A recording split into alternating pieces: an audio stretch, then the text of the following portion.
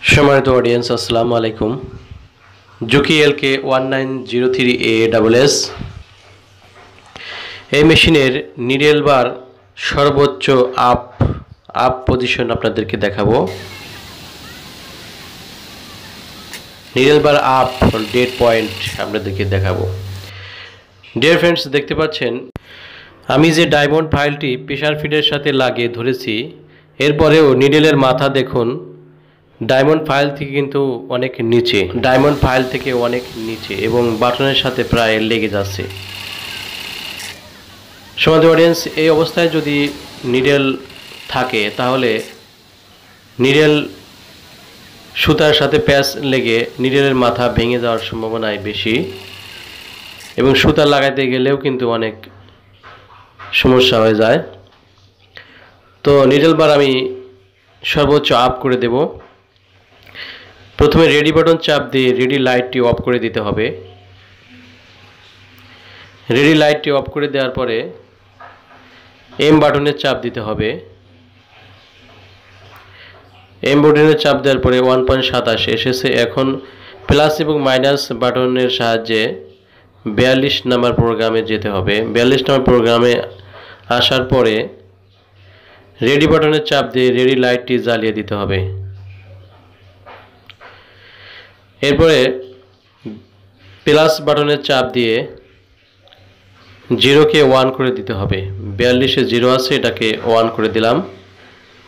এখন ready button চাপ দিয়ে সেভ করে দিতে হবে, তখন রেডি লাইটটি কিন্তু অফ হয়ে যাবে। সেভ করে দিলাম। এরপর এম বাটনে একবার চাপ দিতে হবে। ডিসপ্লেতে প্যাটার্ন নাম্বার শো করবে, তখন রেডি বাটনে আবার চাপ দিতে হবে।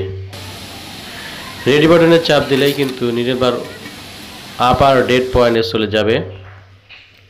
সম্মানিত অডিয়েন্স, দেখতে পাচ্ছেন বাটন থেকে নিডেলটি কিন্তু এখন অনেক দূরে। আমি এটা চালিয়ে দেখব।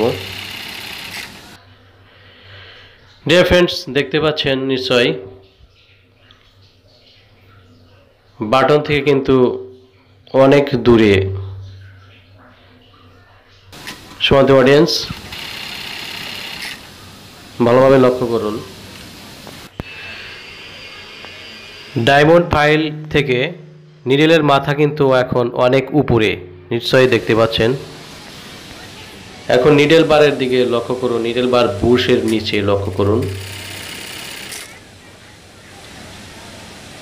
ডিয়ার ফ্রেন্ডস, সুইং শেষে কিন্তু নিডেল আপ পজিশনে চলে যাবে। এই বুশের নিচ বরাবর আপনি লক্ষ্য করুন, সুইং শেষে নিডেল আপ পজিশনে চলে যাবে। দেখতে পাচ্ছেন নিশ্চয়ই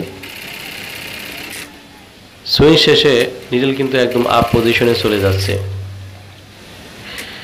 ডিয়ার ফ্রেন্ডস, ভিডিওটি করার মোটেও ইচ্ছা ছিল না, কিন্তু ভাবলাম যেহেতু আমি এই